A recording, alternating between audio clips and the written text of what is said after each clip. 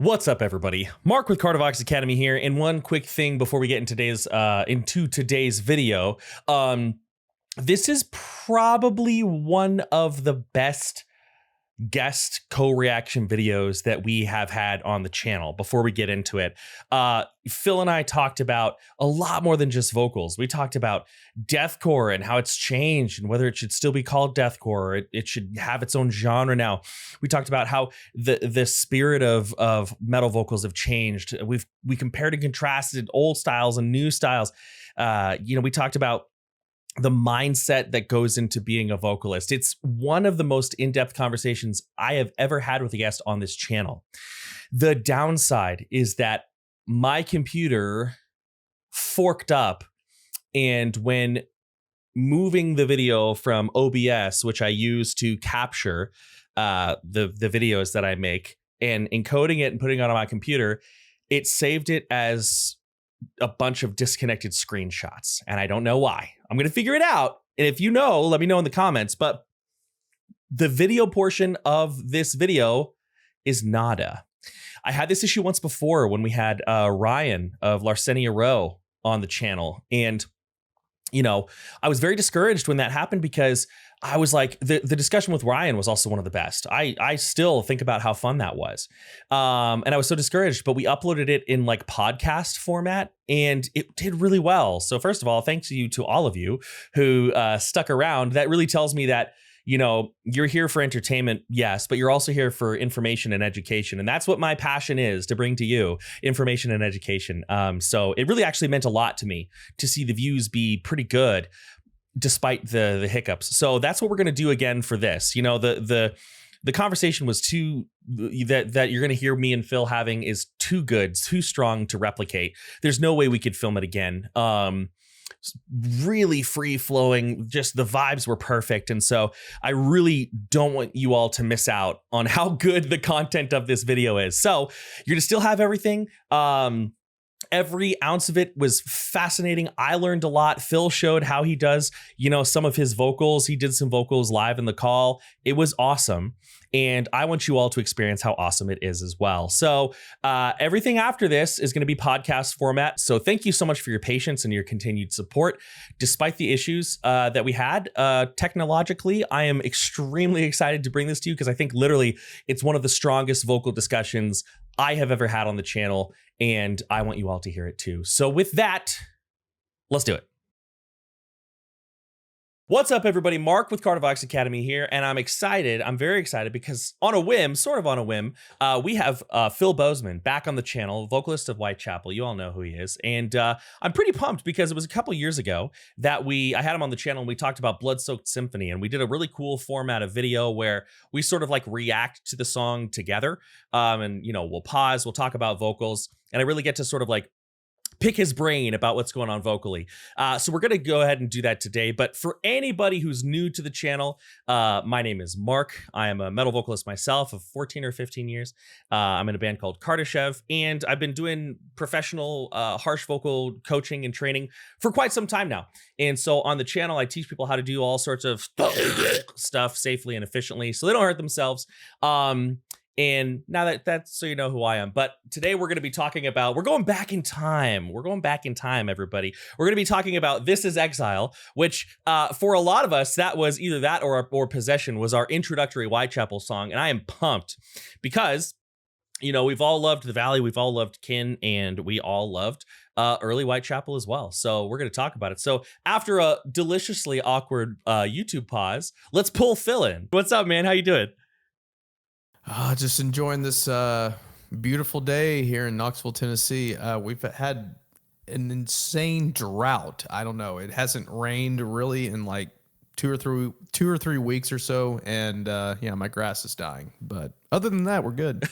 You're gonna start looking like here in Arizona where I live. You're gonna walk outside and you're gonna see saguaro and like tumbleweeds and roadrunners. Yeah, I was gonna say, you're probably used to the no rain thing. Over here, we're kind of more of a tropical climate, so like we have it all, So it's very humid here too, which is something that you guys don't have to worry about too much over there. But it's still, at the same time, you guys get higher temperatures, so it almost kind of evens itself out. Dude, it's just all bad. It's all bad. All of it. It's like it's all terrible. But one thing that's not terrible is some of what y'all have on the horizon. Now, I'm not going to say very much because I don't know how much you've said, but I do know, and I think it's safe to say because I've seen people talking about it on Reddit and stuff, that what y'all have been working on is much more on the heavy side, and that's very exciting. And that's kind of the reason why when we were talking, I was like, "Yo, let's have you back on the channel and do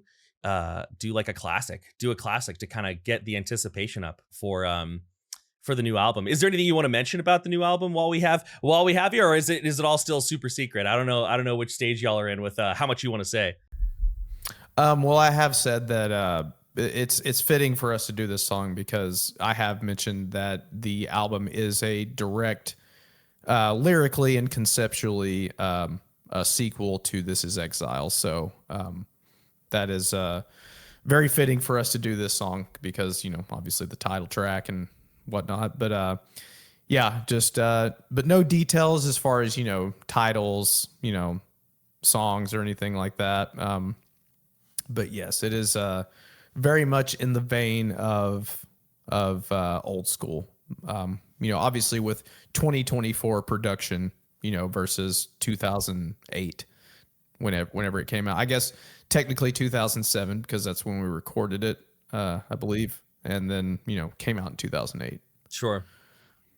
It's exciting. I'm pretty pumped. I mean, well, I was going to start asking you a bunch of questions, but like you said, we're not allowed to talk about song titles or anything. So I'll let it lie there. I'll keep my curiosity under control. But I'm really pumped to talk about This Is Exile because, like I was talking to you before we got started, number one, for so many of us, this is a metal classic. This is like when we think about where like deathcore like started. I don't know who is attributed with like starting deathcore, but I like this was when it was like really starting to like get onto the scene. And like you said, it was kind of controversial. It's still kind of controversial, but at the time it was like really like deathcore would like, there were a lot of people who really hated deathcore at the time. And so I'm really excited because not only for people like me is it going to be fun to revisit a classic, but like I've been telling you, I've been getting a lot of like younger students, like, between like 17 and 20 who have just recently gotten to metal. Like they're like, yo, I got into metal last year. So I'm starting to be able to have the fun of being like, yo, let me show you this band that like kind of like was one of the spearheads, Whitechapel. And it's really fun because I'll pull it up and I'll pull up like Possession or This Is Exile, depending on what they're trying to learn. And like, I see them like bobbing their head, and then I have that satisfaction of like, see?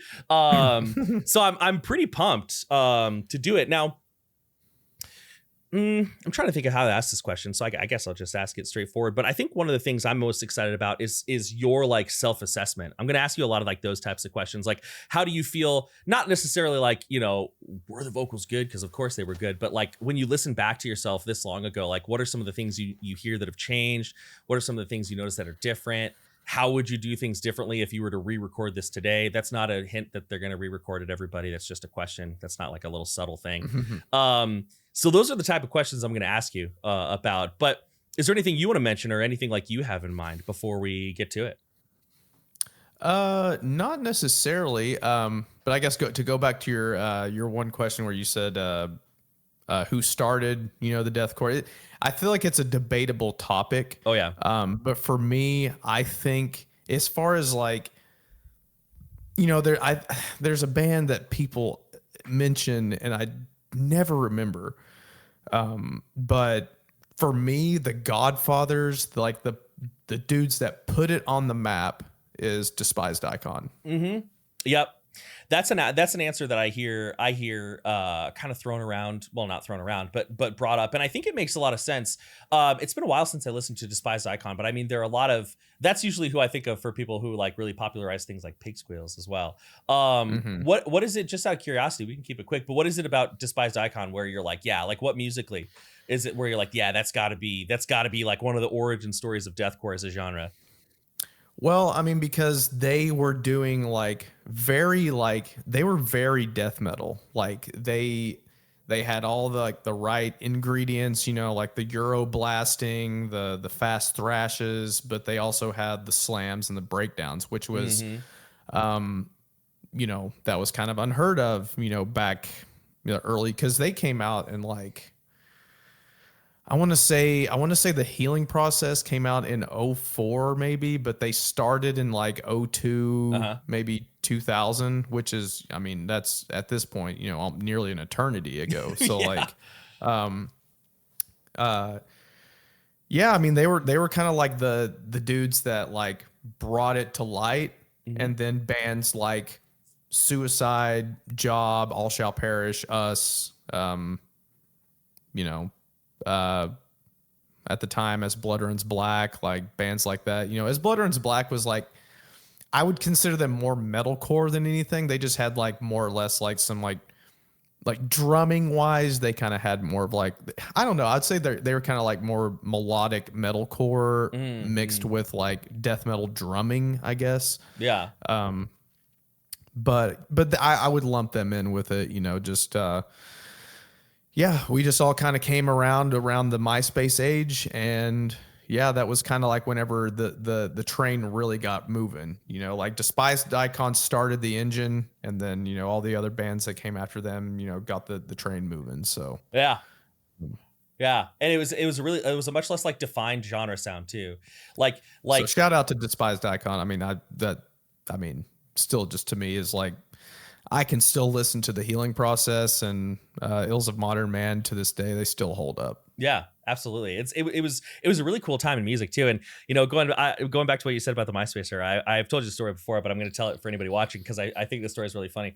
I remember your MySpace page, the Whitechapel MySpace page, and the like under Whitechapel there was the tagline or whatever: "We are not a Christian band." And the funny thing about it is at that time I was still very much like, I was listening to metal, but I kind of felt bad about it because I was still very involved in like the church. Like I was going to church every weekend. I went to like a church school at that time, and so I saw that and I was like, I don't know if I should listen to this. I don't know if this is okay, but I did. I was like, yeah, it was like kind of taboo back in the day. Like, you just like, you didn't want people to really know that you listened to it. And and another thing I will shout out is like,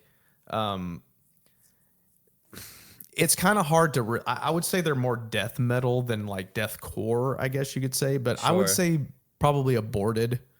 Oh yeah, they were kind of like, they didn't really have like breakdowns per se, but they had like just very slammy parts in their songs, like especially like Gormageddon. Like, dude, I will still say to this day, like, that album is one of the most aggressive sound, like sonically, and just is one of the most aggressive sounding death metal albums I've ever heard still to this day. It's just, there's just this vibe about it that's just like very like, just a lot of aggression and just very intimidating. Yeah. And I think that's actually a good call out too, because like when I think about Aborted, like they've always been very like true to their sound, but they're also a band where they haven't been like afraid of like introducing new stuff and trying new things and doing like, new sounds, especially on their most recent album too. So I think that I would agree. I think that I would agree with you there. But anyways, people are probably watching this and they're like, just get to This Is Exile. So no, that's really interesting too. I would not have thought of that, but I totally agree. Well, let's just go ahead. Let's just do another awkward YouTube pause and let's check out This Is Exile by Whitechapel, obviously. Here we go. Dude, all jokes aside, actually, I think people are going to really enjoy your insights at the beginning, talking about like the origin stuff. I think I'm going to build on that throughout the video and ask you those types of questions because cool. All right, cool. It's just gonna. You wrote the song, so as you know, it's just gonna fucking go. Here we go.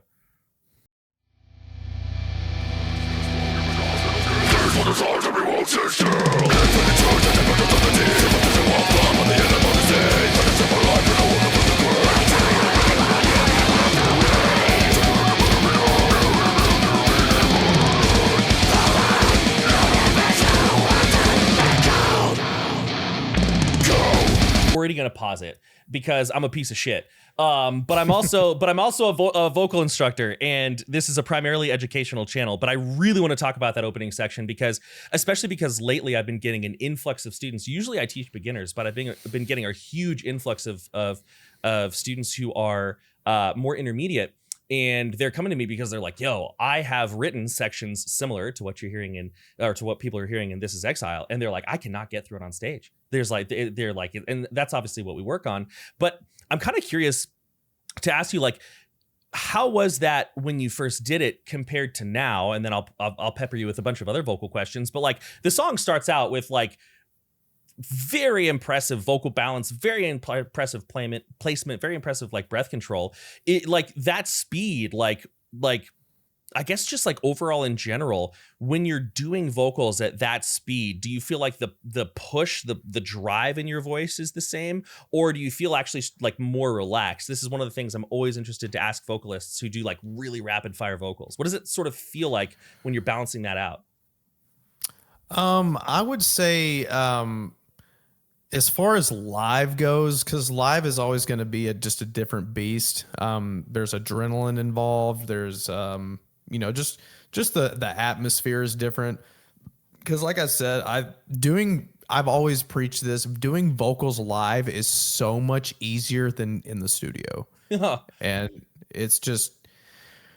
I don't know necessarily the science behind it. I think it's a lot to do with just, in the studio, you hear every imperfection, everything. You hear everything. But live, there's just and again, you're focusing very hard in the studio. And everything is a lot more just like dry sounding and not so like verbed and like in such a reverbed and in such a big room. Sure. But as far as doing it live, like it's very just straightforward, and I've just found like this feeling of just like finding it internally in my body, and then just like holding it and just having it. But a lot of the inflections and like the different sounds are just, a lot of it is just mouth movements. Your mouth is controlling the tones and everything.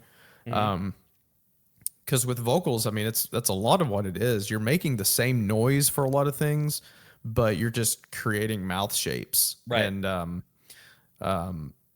because you can't do a guttural and have your mouth wide open. Right. It's just it's literally impossible.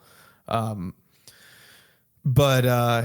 yeah, it's just something that I've always a lot of it is practice and just again influences. Your influences play a big part on how you create stuff. I'm big into like fast rap and hip hop in general. So yeah. And a lot of that was inspired to, again, another shout out, Beneath the Massacre. Oh yeah. Elliot always had like a few, not a lot, but like a few rapid fire parts like that. Johnny Davey on Genesis, the very first track on that, he has like one of the very first lines, he says something, it's like, I forgot exactly what it is, but like the cadence is just like da da da da da da da da da like that. And like I just love stuff like that. Just real quick, just it's not like carrying on too long. It's just real impactful. Yeah. And your influences play a big part of it too. I really think so. Yeah, I would completely agree. And, you mentioned one thing that I think is really imperative for understanding as a vocalist, new, intermediate, or even advanced, which is that a lot of screaming or even vocalization, like even when I'm talking right now, like if I take what I'm doing and I split it into two pieces, I'm doing this, I'm going, and my mouth is going, and once you start thinking about, not just harsh vocals or extreme vocals, I guess, anything like that, it really makes things easier, but also like much more attainable. And I want to go back to something you said, because I think this is really important, but I'm not going to lead the witness. So I'm just going to ask you versus like telling you what I think. But you talked about that feeling of like, not just feeling it in your body, but like holding it. How much of and of course this has changed very much over the years as you've gotten much more experience, but how much is like the sensation of your body, the sensation of yourself, really important to your vocalization? Do you think mostly about your feeling, or do you think more about it mechanically? Like if you're doing a guttural, are you thinking about your lip position and your tongue position, or are you thinking about the way that it feels in your mouth and chest? I would say the feeling more than anything. I'm aware of mouth shape. I think when it comes to like mouth shape, it starts to just become muscle memory. Yeah. So it's almost like a just kind of like an afterthought. Or just it's kind of just almost involuntary. It's just muscle memory. I'm more focused on like the feeling of like how my throat feels, how my chest feels, and Sure. just the overall feeling. Yeah. That's what I'm focused on the most. You know, it's funny too, because oftentimes when I give lessons, people expect me to give them like just like massive amounts of anatomy and tons of exercises, and we definitely do that. But what I ask a lot is, what did that feel like? What did you sense? What was the experience? And they're like, this feels like a therapy session. You're asking me about how I feel all the time, and I'm like, yeah, all the time, because mind body connection is the key. It's huge, and it's same for me. When I'm in the studio, I'm feeling it, thinking about the way my body feels, and then if something isn't right, that's when I pop the hood, so to speak, and then think about those mechanics. Yes, that's pretty interesting. Let's get back at it though, because we for anybody who knows this song, we got some chunky parts that I absolutely want to get to. But yeah, let's keep going. Let's keep going.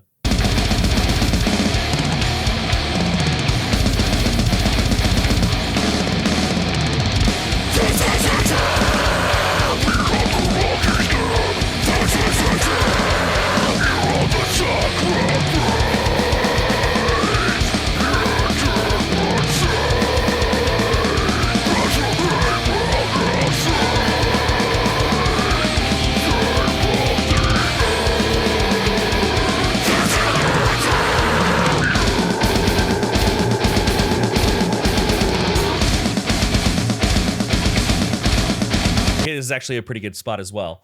So I want to ask you about your mids. Phil, can I ask you about your mids? Well, thanks, man. So I think, and this is still true to this day, but one thing that, when this and subsequent albums were coming out and people were like, oh, fuck, Whitechapel. One thing that a lot of people talked about was your mids. I remember that. Like, I remember like, sitting in my friend's backyard listening to like new Whitechapel. Everybody not me. I was a good Christian boy. I wasn't smoking any cigarettes, but everybody else was. I was smoking. I was smoking cigarettes. And we were talking about the mids, right? And we didn't have the term mids at the time, because you remember the era, right? We did all the lows and highs. Yeah, exactly. And all the terms we have now, we didn't have back then. So we had kind of trouble describing it. But basically what we were saying when we were talking about your mid specifically is how we liked how it sounded like your low scream but higher. We were like, oh yeah, it's got like all the thickness of the low scream, but it's higher. And I think that that's something that's really important for a lot of vocals to have, is a really strong and driving mid. And I feel like in the past couple, like maybe 5 years or so, people are starting to be like really respect the mids, if you know what I mean. But what are some ways, if you could kind of describe it, even if you can just describe how it feels, like we were talking about, it's okay if you don't describe the mechanics, but when you're doing one of those mids that still sounds like thick, like really thick, but it's not like deep in the pits of hell, what are some of the things that you're doing to sort of allow your mid to be driving versus thin and like too open, if that makes any sense? Well, shout out to the steel frame that we have on the screen right now, the Whitechapel imprinted guitar. My God, hell yeah. Where is that thing now? Who knows? Yeah, who knows? I would say, I mean, it's Ben Savage is playing it. I think he's probably got it somewhere in his house. But anyway, I just thought that was funny. I completely forgot about that thing until we started watching this. But anyway, yeah, I mean, because initially, especially, back then, it was kind of just highs and lows. And I feel like whenever people first start out, they don't want to use their actual voice in their scream. They just want to, it's very airy sounding. When people are trying to learn, they're just like, yeah. Like I kind of already knew how to do like screaming. So, but what I used to call it back then, I kind of discovered it whenever it was like before we even did This Is Exile.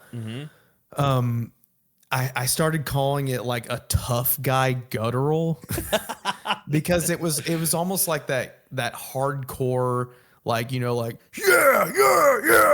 kind of stuff.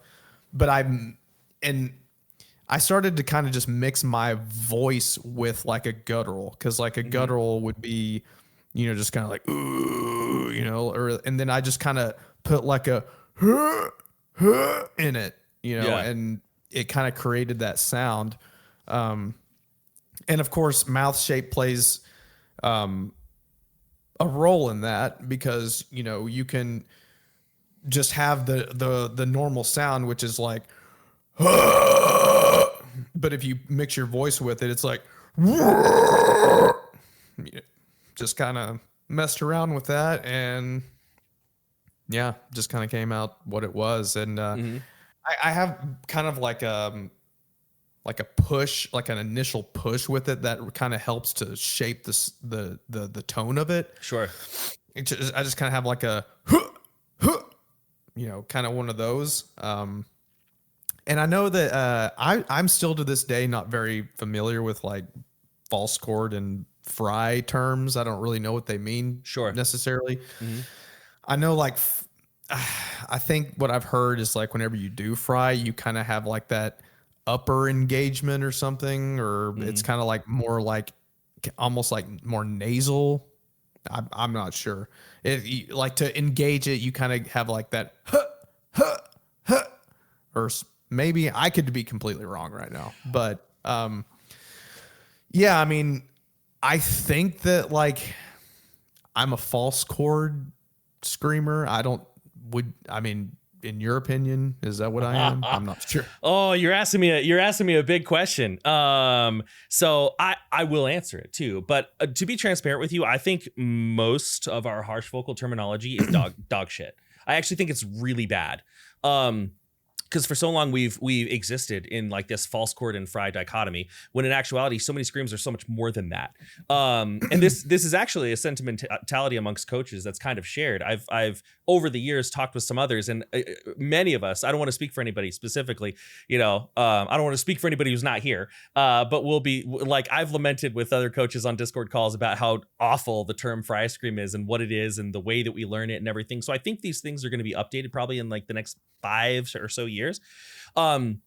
So based on our conventional knowledge of harsh vocals, what you're doing actually technically, again, based on the terms as they have existed for a long time, wouldn't fall into either camp, right? Because traditionally, and I think this is too reductive, so the answer I give here I don't think is a good answer.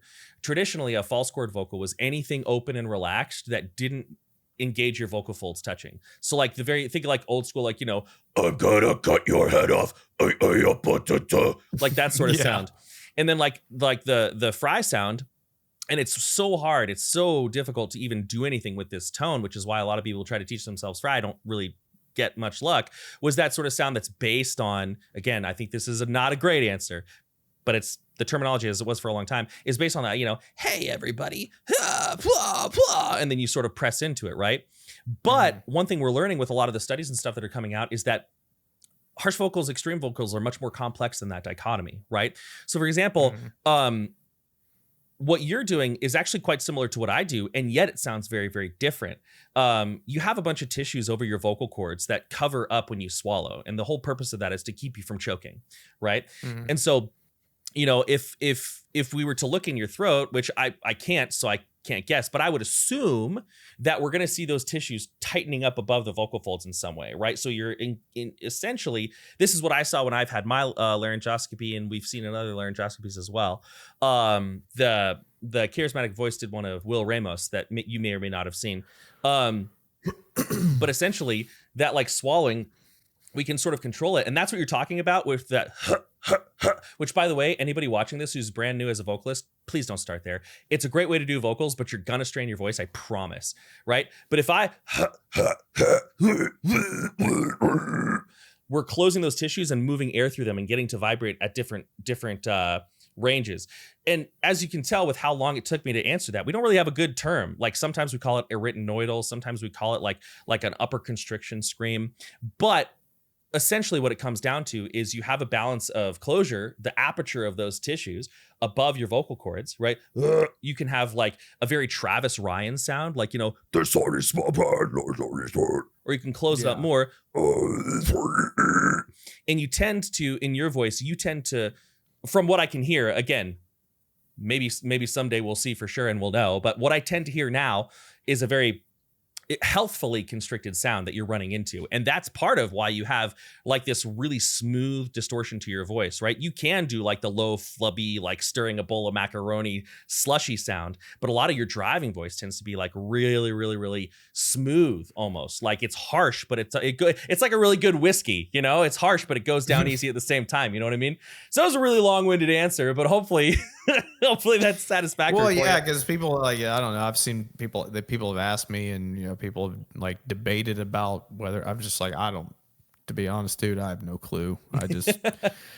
I come kind of, you know, as far as like this new age, like more technical prowess that vocals have started to become, or to, you know, to have is, I kind of come from the dinosaur era of that now, you know, like, and, you know, it's speaking about, you know, like deathcore vocals or whatever.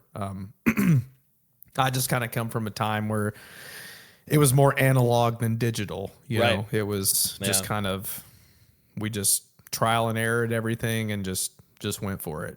Yeah. And it's just, I don't know. I just kind of would just practice and just experiment with my voice. And, you know, I think the most important thing that vocalists should do is to become comfortable with their voice before they start to like experiment, you know, because whenever you can finally get that like engagement in your body to where you can just like, it's just second nature to you.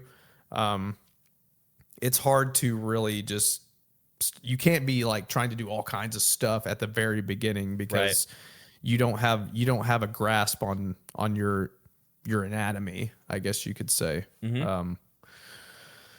Yeah, so I think you should not try to do stuff like that until you're comfortable with your voice. Yeah, that's one of the most valuable things that I see, and you know, or I agree with that. And one thing that I run into a lot of students who come to me is they'll have worked, like you said, on the most extreme stuff, and what they can do is one really cool sound, like they have the most amazing whistle fry you've ever heard in your life. But if they just want to do a driving vocal that's, you know, just supporting the song, can't do it. So I totally agree. One thing I want to mention again before we get back to the music about your lows that I remember is you're the first person who I saw. I'm sorry, mids. You're the first person I saw. I think it was in a live video because I don't remember exactly when it was. It was one of your one of your big like live festival videos. I saw you doing like what I call like the old man lips with a lot of your mids, curling them in over your teeth. Most of the time I saw either people here or people here, but you gotta like that. And that gives it like this really, like, you can even just hear it like, hear all that echo that gets added. That you were the first person I ever saw. I don't know if you were the first person, but you're the first person I saw. And then of course I was doing what you're saying not to do. And I went home and I was like, you know, trying to do the same thing. So that's just one thing I've noticed. Yeah. For mids, I'm usually like, let me see, like that. So your bottom lip is kind of, your jaw's jutted forward too. Whoa. Yeah. And for like gutturals, I'm kind of definitely more close, because I mean to do those like really low gutturals and stuff, like you have to like it has to be a very constricted, you know, your lips have to be pretty constricted to create that noise, because like I said, you can't do that and produce those noises. It's just not possible. You know, we're not tigers and bears and stuff where they just have just a natural, you know, whatever their vocal cords are doing to make the noises that they make. Because, you know, obviously when you see a bear or a tiger make the noise they make, their mouths are wide open. But we just don't have the internals to do that. Yeah, we're not that. I agree.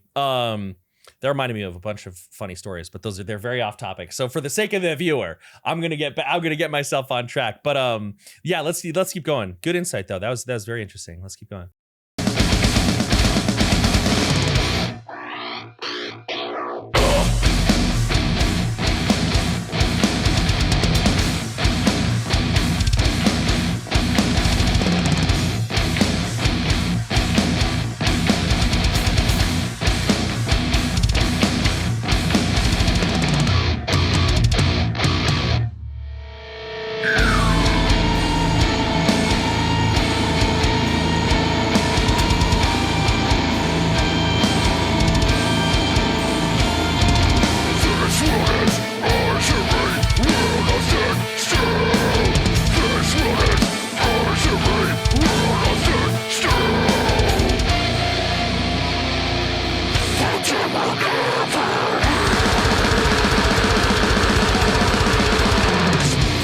So we've gotten out of that first, like, man, I kind of miss these days of music, to be honest with you. Like, I know you can never fully go back because we're all different people and we're all, you know, different life experiences. But like sometimes I miss the absolute slugfest that deathcore used to be, right? Like it was so like, just listen to those guitar tones, you know, like listen to those guitar tones, listen to the way the drums are mixed, listen to the way that you're performing vocals. It's awesome. And it's like, we'll probably never go back there. This actually, it's very raw. Yes. Very raw sounding. Like there's not really any magic or bells and whistles put on it. It's just very like, yeah, it's mixed, but almost just leveled, if not even mixed. You know, it's just kind of, yeah. I mean, it's not dressed up. It's very, I guess, natural sounding. Yeah, leveled but not mixed. I never would have thought of that, but that's such a perfect way to describe that sound that was really popular back then. I mean, I think about like a lot of the bands that we were talking about earlier in the call, you know, Knights of the Abyss was one that you mentioned. You know, I remember that. I remember all those bands, but it's actually is a more broad, just like music question than a vocal question, but it's one I really want your insight on.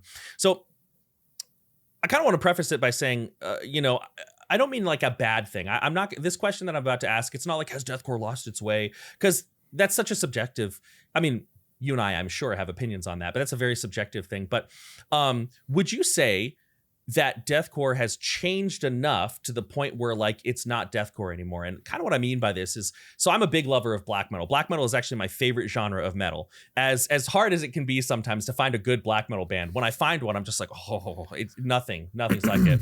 But at the same time, if you listen to black metal from like 1998, you know, and then you follow it through, nowadays we have stuff that's getting called black metal that's like more shoegaze beach rock than it is the sound of black metal in the 90s. And I don't think this is a bad thing. It doesn't bother me, but it kind of brings me to an interesting like internal dialogue where I'm like, at what point do we stop calling this black metal? So I guess my question for you is kind of just like, deathcore today, it's so different. It's so different. So would you say that like it would make sense genre-wise to continue calling it deathcore, or, and this is gonna get some spicy takes in the comments, hopefully, but yeah, you get what I'm saying. What are your thoughts on that, if any? I think it's always gonna be what it is. I think it's just evolution, you know, just because a lot of it too is just the technology's gotten better, recording software's gotten better, and you know, I've obviously heard our new stuff. So all I'll say in comparison, the way we sound on this new record in comparison to this is just, we just sound like, I'm not trying to like throw shade or anything, but like this record right here sounds like it's 2 houses down, and our new stuff sounds like it's in my room. Yeah. You know what I'm saying? Like it's for the time, it's just different times. And just again, different different ways of recording. I mean, everything's just louder now and more intense sounding. It's getting pushed harder, which I'm all for. I love just intense, just almost like to the brink of just exploding. But it's hard to find that balance and still have intricacy, because you still want the intricacy. You still want to hear the riffs. You want to hear the solos. You want to hear all the stuff. Right. So we're getting closer to be able to have a more intense sound and still have intricacy in the music and still be able to hear everything. Because this right here is just very clear. It's very clean. As weird as it is to say that, because it's heavy metal, which is supposed to be loud in general, but and it also just depends on what you listen to it on. Like if you're listening to it on flat headphones, which is more or less what studio like engineers use, is flat headphones, it's just going to sound different, on but the comparison I was making is just the way this new album sounds in comparison. This album, the newest one, sounds like a giant, and this one sounds like almost like, I don't know, like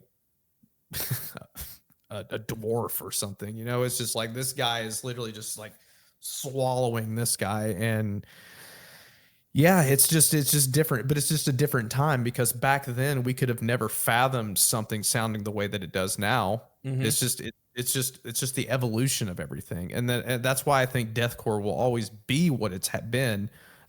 Because you listen to something that Death put out in the 80s, Yeah. and then you listen to like Vile by Cannibal Corpse from like 1995.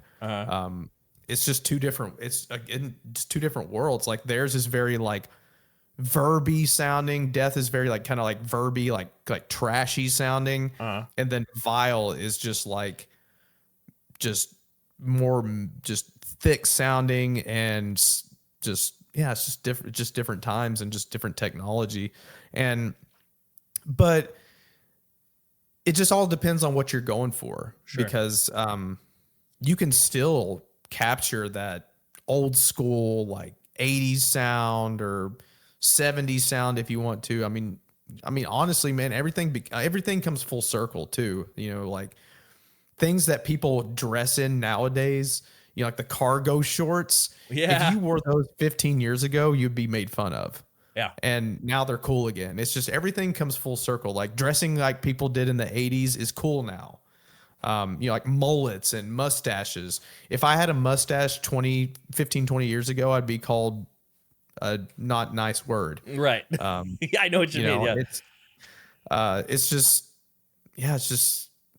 evolution. It's evolution, but also things from the past always come back. Like everything comes full circle. That's why I've been saying during this record process is that your roots call you back. It's just like everything comes full circle again. And people just they want the new stuff, but then eventually they're just like, okay, I'm tired of the new stuff. Bring back what I'm familiar with. Bring back the reminiscence of everything that I experienced back in the day. That's why people say, this is our best, Whitechapel's best work, because it's very reminiscent. It's very special to them. So it's just evolutions. That's all it is to me. It's always going to be deathcore. Just all the bands that have come out within the past 10 years or so, they're still deathcore. They're just evolutions of it. Sure. Whether you say it's evolved into a better thing, that's a subjective opinion. Totally. There's people that will say, oh no, old stuff is always going to be triumphant over the new stuff. Yeah. Which is, again, just subjective and very, just an opinion. So yeah. I think a lot of it has to do with just reminiscence. People just love the stuff that they experienced a long time ago, and the roots call you back, and all the old stuff calls you back eventually. Yeah. I think one of the best examples that you're talking about things come full circle is Sanguisugabog bringing back just that like really trashy death metal sound. Like I heard that, and like I was surprised, not because it's like bad music, but I was like, this is coming back. And as somebody who has totally not heard any of the new Whitechapel at all, you know, I can definitely say that I hear what you're saying. And one of the things that comes to mind, again, without going too much in detail because I don't want to spoil anything, but I can't remember where I read this phrase, but it's a really good one that I think about a lot, is, you know, y'all are definitely going in a direction that is not the worship of ash, but the preservation of fire, right? It's not like, oh, let's go back to the good old days. It's keeping that spirit alive very much. And so when you're describing all these things, I'm like, I know exactly what you're talking about, and I cannot wait for people to hear it. Very insightful answer, and not kind of not what I was expecting a little bit, but it was much more philosophical. You know, a lot of people I tend to ramble a bunch, so dude, I tend to like I overthink shit, and just like I just yeah. Sometimes I tend to ramble and just you know, my fiance gives me shit about it all the time. No, legit, bro. That's one of the main reasons why I was like, let's get you back on the channel, because I as a long-winded person, I love long-winded people. I love people who will ramble because now I know I know you better. I know your thoughts and your feelings versus like, oh, it is what it is, man. I'm like, cool. So no, all great answer. I love it. Let's go ahead and let's keep going though, because this spot right here, we all know what it is, but you can see the clear spike, one of the most replayed parts of the song. Let's keep going.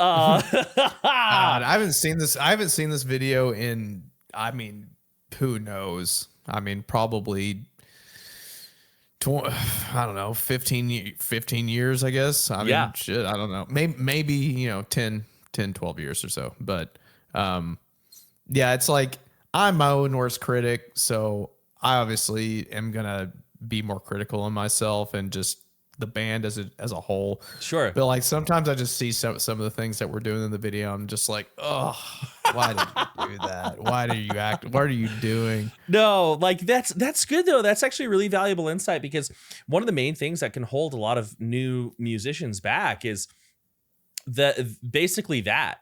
What you're describing. And it's just like I try to tell them, like, this is so much a part of the process. Like I listen back to our first few albums and sometimes I'm just like, ugh. But like it's also like we kind of have to go through these stages to get to be who we are now, right? And obviously, of course, like you said, you're your own worst critic, because I'm watching this and I'm like, dang, I forgot how badass this music video is. You know? Yeah, I mean, we're all idiots until we learn to get smart. Yeah. Very well said. Now, one thing I want to ask you about, because I actually didn't, obviously I've heard it before, but I didn't watch it or listen to it because I kind of wanted to be like fresh. I want to be like, oh, cool. Like, you know, I'm going to watch this for the first time in a long time. I totally forgot about that. That was my favorite riff. That was my favorite part of the song. Well, riff part of the song back in the day. But your highs have changed a lot. No surprise. But like, I feel like those on the new album compared to this, it's not even the same thing. Yeah. Like I feel like that, like, really open, like really what we would call, like, that's more true to like a fundamental foundational false chord, that like that, you know, I feel like I haven't really heard you do that in a hot minute. Is that a sound am I stupid, or is that a sound you've kind of left behind? It is. I mean, it's been a pretty big criticism, is because like I've never really been like a high range, like well, not range, but just as far as that sound, I've never like every vocalist have their strong suits. And they're better at some things than they are at others. And yeah, just like the low, I've always loved guttural and like low tone stuff. Yeah. So it's something that I honed in on. But for this album, the new one, just listening to my highs here, like compared to how they sound on the new album, like almost makes me like want to throw up. Oh Because man, like it's just no. because like it's just I hear them right now and I'm just like, oh my god, they're just so like dry sounding and just sounds like I just don't know what I'm doing in a way. But yeah,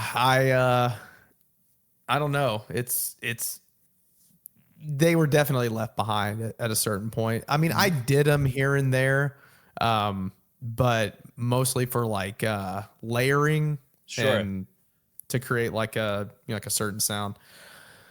But yeah, I mean, I was never really known for like. It's kind of like how Mitch Lucker, rest in peace. His high vocals were like his staple. Yeah. Yes. His lows, weren't bad, but no one like that's not what people recognized him for. Exactly. Yeah. It's interesting too, because, it's interesting what we leave behind, what we decide to move away from, because obviously your voice has changed over time and it's going to continue to change. If maybe you'll be retired at this point, I don't know, maybe you'll be like, I'm done. But like, let's say 10 years from now, you're still fucking releasing banger albums. You're going to have made some choices. What are some of the main, like when you are thinking about changing up your voice, cause it's something we all do, are you mostly just thinking about like, are you more focused on, it's probably a balance, but I'm going to ask this question properly. Sorry. I'm thinking about 10 million things at once. Are you mostly following a sound that you want, or do you take a lot of input from the public? Like, because I know I do. Like, I would love to say, like, I don't care what people have to say. I'll do this for me. But there is a large portion of me that, like, I will listen to the response that we get from an album, and I'll be like, okay, people liked that. I'm going to do more of that. Or people thought that wasn't so good. I'm kind of going to shy away from. Maybe I do that too much. What is it for you?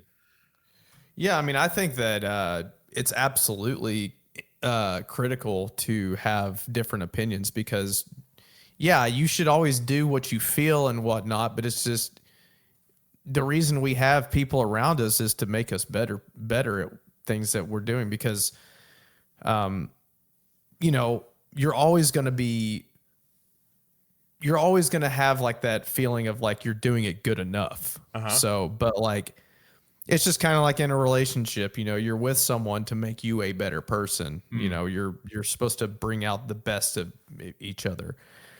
And I think that's what there's obviously people that just kind of just, talk shit to talk shit.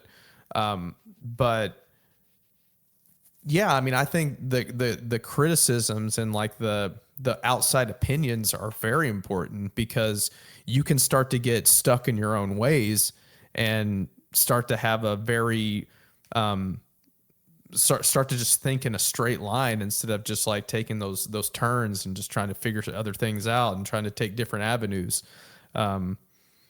Because yeah, I think that's a very dangerous way to go about it, is to just think about your opinion and what you like, because it's not just the music. Whenever, it's kind of weird. I think you should make music that you genuinely like to make and what you feel.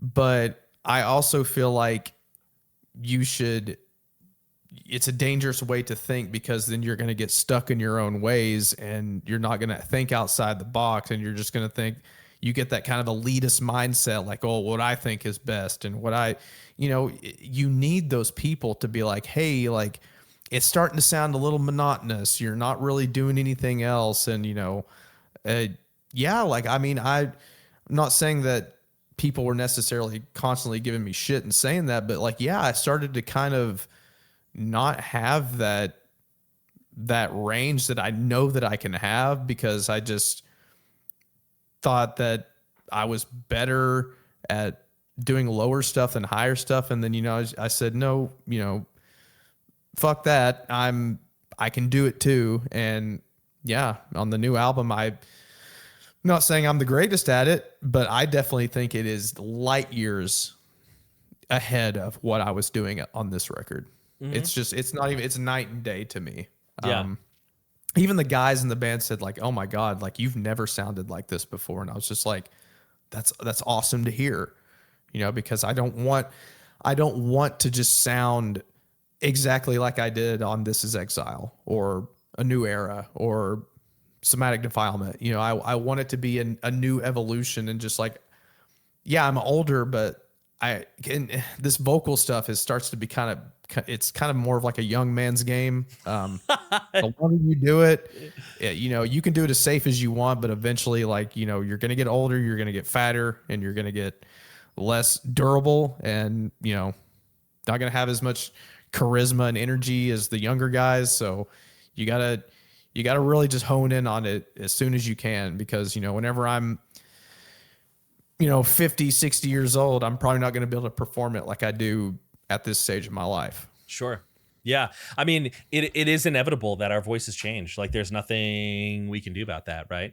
And like you said, you can do things to preserve so you can be, performing for a very long time. But if you think about like the people right now who are still amazing vocalists, but they're in like their 60s and 70s and they're still performing, they're the exceptions. They're kind of the odd ones out. Well, as far as those highs are concerned, it's interesting to me because like I've heard what you've got going on the new record, and I totally agree. It's like night and day different. And maybe this is just because like me being like doing the job that I do, or me being a lover of black metal, but I don't know that, like, to me they're just such different sounds. The high vocal that I'm hearing here is really perfect depending on the context, you know what I mean? And it's great for doing a lot of like really like slushy stuff, like, doing those like this, like you're right, like in deathcore like this, you don't really hear that a whole lot. But if you just like slush the lips and the same thing, but you just like slush this all, you get like a bunch of really cool like growly sounds. So I definitely agree. It's like totally different, but yeah, it's to me it's all just tools. Which tool is right for the job? Anyways, let's go ahead and finish the song out, and then we can talk a little bit and wrap it up. But yeah, interesting to hear that self-assessment from somebody who's been at this a while. Super cool. Let's keep going. This world is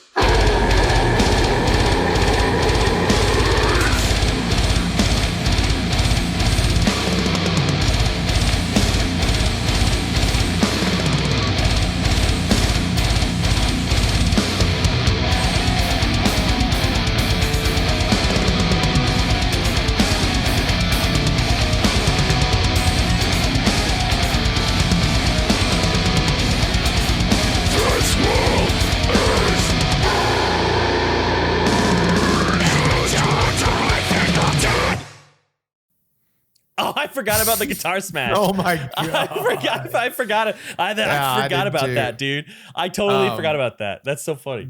And like just seeing that, just going back, like we were in that like V, that like flying V shape, dude. And like that was not planned. Like we did not mean to do that, but it was just like so like Mighty Ducks, like D2 Mighty Ducks, just in the flying V or whatever. Like we didn't it's just where we were standing, it just kind of ended up like that. And it's like if you think about it from like a whatever perspective you're thinking of it of, like, you could kind of say it's a little corny, but it wasn't like a planned thing. And then the guitar smash at the end, I completely forgot about. I actually think it was the Whitechapel imprinted guitar. I think that's the one that that's where it is smashed. Oh. Like I completely forgot about that part. I forgot that we were like, hey, we should film one of us just smashing the guitar or something. And then I remember Wade doing it. Now I'm just like, it takes me back, because I still remember kind of like the setting we were in. I don't remember exactly where it was where we filmed it, but I'm pretty sure it was like somewhere in the Northeast. But Um, yeah, just everything about it. Just that we had the Atticus shirts on, like just so nostalgic. Just like what even happened to Atticus? I don't even know if they even make anything anymore. It's just I couldn't tell you. Yeah. just all the clothing companies that were around back then, you know, that were in kind of like the scene clothing companies. Like there was like one called like Nefarious, Atticus. I used to have this like Atticus jacket. That's what I'm wearing on the Mitch Lucker Memorial Show, is my Atticus jacket Oh yeah, that I yeah. got from, you know, got back in like 2008, 2009, you know. Yeah, just that whole ending, just like the flying V and just whatever, it just wasn't planned. And of course, like we had to do the edited version of the song. Sure. You know, at the end I say, "And you're totally fucking dead," and it goes like, "And you're totally Wheatmalt dead." Like it's just so funny to just like go back, and it's like I forgot about all that stuff. Even like Yeah. earlier in the song, I say an F bomb too, I think, and like it gets yeah, it's right before the dun dun dun dun dun dun dun dun. It's supposed to be, "This is fucking exile." It goes, "This is exile." Dun Oh dun yeah, dun, dude. and it's supposed to be, "This is fucking like." It's just funny because like we were just like, oh man, we have to make like radio edits. Man, we're a real band now, you know. Just like that's cool that we have to do that, you know. Yeah. It's just stupid things like that. Just Yeah. it's just funny to really reminisce and think about that stuff. Dude, I remember that, like the flying V and like the synchronized like headbang, dude.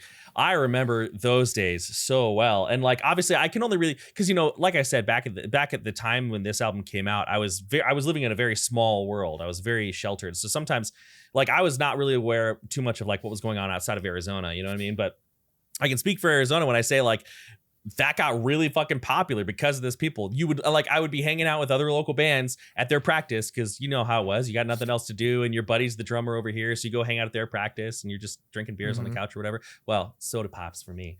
And people would be like, I would literally hear people say like, "Oh, dude, at this part of the song we play live, we should do the Whitechapel thing," and they'd be like, "Oh yeah," like they would say that.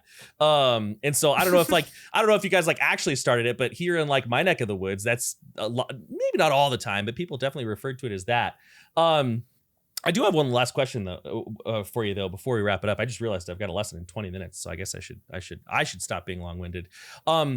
You know, this is I think I asked you this question in the last video that we did, but I'm going to ask you again because it's a really good one and maybe it's changed. But if you could go back in time and tell young, you know, 22, 21-year-old Philly Bo, like give him any vocal advice, like save yourself some hassle or, you know, maybe help you along the way. Like you had a way to send a message back in time. What would you, I know what I would tell myself. What would you tell yourself? What would you say? What would be some advice? Man, I would maybe say just don't be so just do what you know you can do. Because back whenever I was doing it, it started to almost be like a competition, not a competition, but like, because like that whole like they called them like burly vocals, like the burly sound, like that whole like, you know, like sound, like that whole like monster sound. Nate Johnson is probably like the originator of that. Guy from Deadwater Drowning, Premonitions of War. He was the vocalist on what was the album? From Through the Eyes of the Dead. He was in that. He did a record with them. God, what was the record called? It was their second one, I think. Anyway, I don't remember.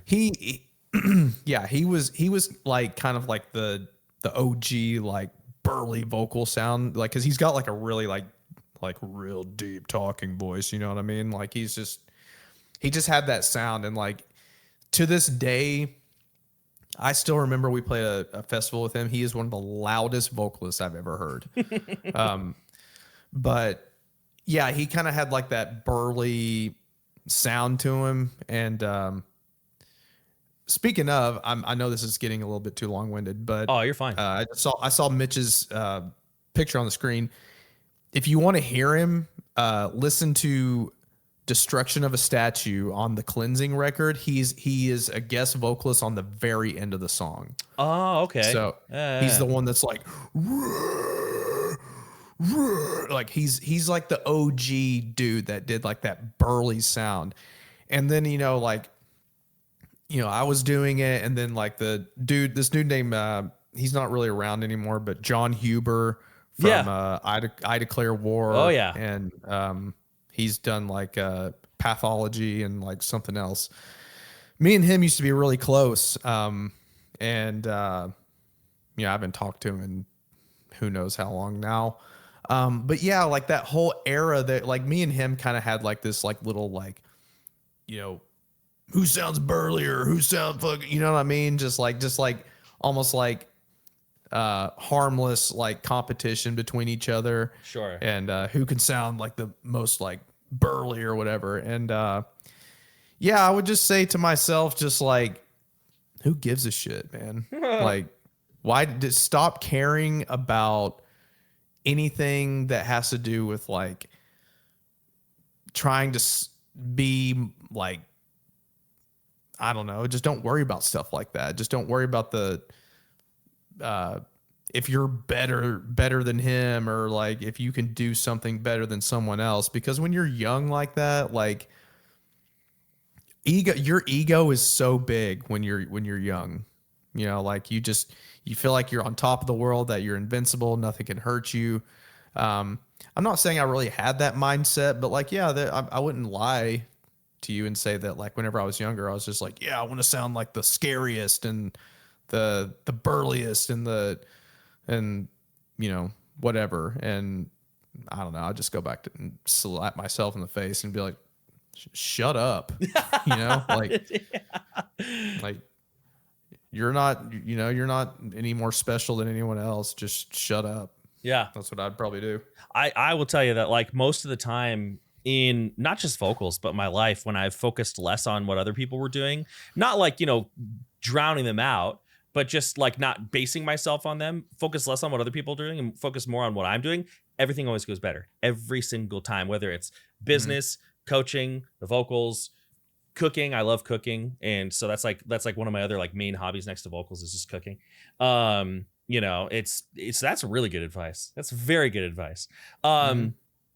But I think that's pretty good. I mean, we covered a lot of topics because we took a trip down memory lane. It was a lot less like straight vocal technique and a lot of other more like broad stuff. But that's actually pretty cool because now people can go watch the other one where we had you on the channel if they want to talk more more specific vocal stuff. But if they want, if they want your wise wisdom, they can come here. So that's pretty cool, man. I'm excited about it.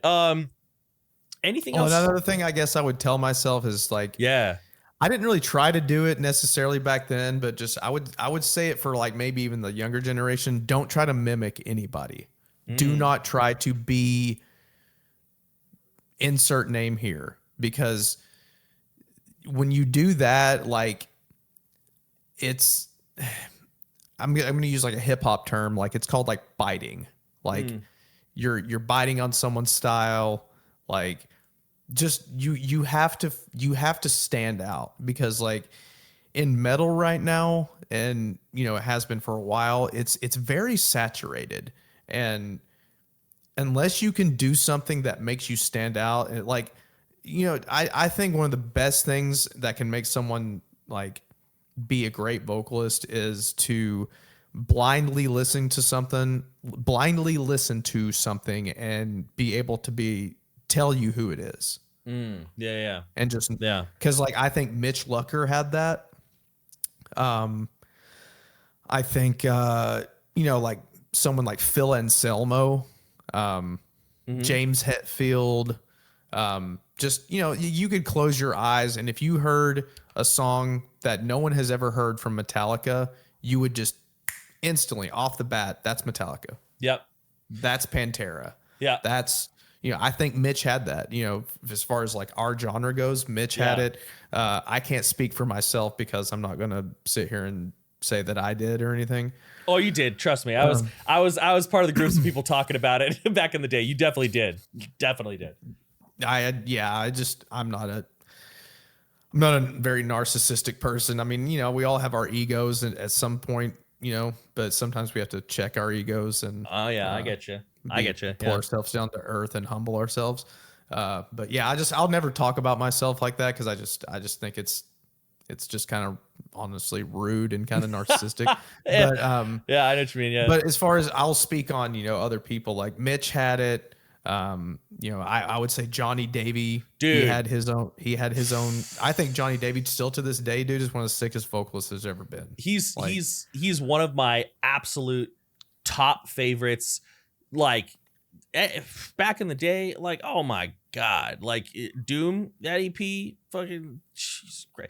And yeah, and I mean, even like even like Genesis and Ruination and then dude.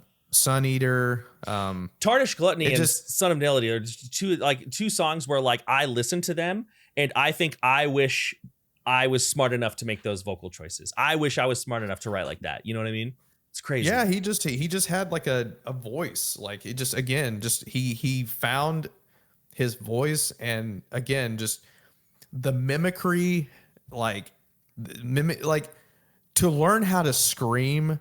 Mimicking a vocalist is a good way to learn to like maybe try to. That's how I did it. I used to would try to scream and like try to mimic Corey Taylor on like self-titled Slipknot. Sure. And like Cannibal Corpse, I used to do that. But once you get the foundation, like you've got to try to hone in on like your own voice, like to like the mimicry is just, it's got to stop. Like you got to like, it's just, you can't, when you start to sound like certain people, it's just like, what's the point? Like it, whenever you can like make yourself recognizable and like, it doesn't have to necessarily be a certain type of way you sound, just like your style, just have a style and a vibe about you, like that's more important to me than anything. That vocal riz. Yeah. You just gotta have that spark that you can ignite. I always tell my students, like, like one of the first things I'll ask a student is like, who are your vocal inspirations? And then I'll tell them like those people, they're going to be like lighthouses on the horizon guiding our boat, but we're looking for our own shore. We're looking for our own dock. Right. And I think that's a really good way to think about it. Another person that comes to mind, Travis Ryan, Calorie Cap. Anybody who watches this channel, they're probably totally sick of me talking about Travis Ryan, but I'm never going to stop. But I think that's really good advice, man. I think that's really good advice. I'm going to be abrupt and we're going to wrap us up here because I don't want to be. I think my next student is a new student, brand new, and I think showing up 10 minutes late would probably be a bad way to start the vocal journey. But man, I really enjoyed this. This was so awesome getting more of your insights in regards to the genre in general, your approaches then versus now, and where y'all are going. So I definitely appreciate you coming back on the channel, and maybe we'll see what allows, because I know when new albums drop, y'all get busy for a long time, but maybe we'll do this with even if it's old, even if the song's been out a year, people will love it. So that's it. Anything else you want to mention before we wrap it up here? I'm all good over here. Hell yeah. Well, to everybody watching, thanks for hanging out. As I always say, many thanks, much love. I'm out.